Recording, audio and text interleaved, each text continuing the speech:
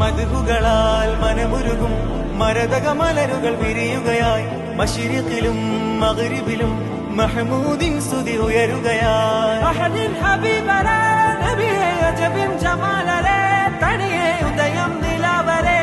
എന്റെ സൈദരേ തിരുനൂറുദിക്കലായി അന്ന് മറുകൂത്തണുക്കളായി മക്ക വിരിയും പ്രകാശമായി മദ്ഹൽ ഹാരാത്രമായി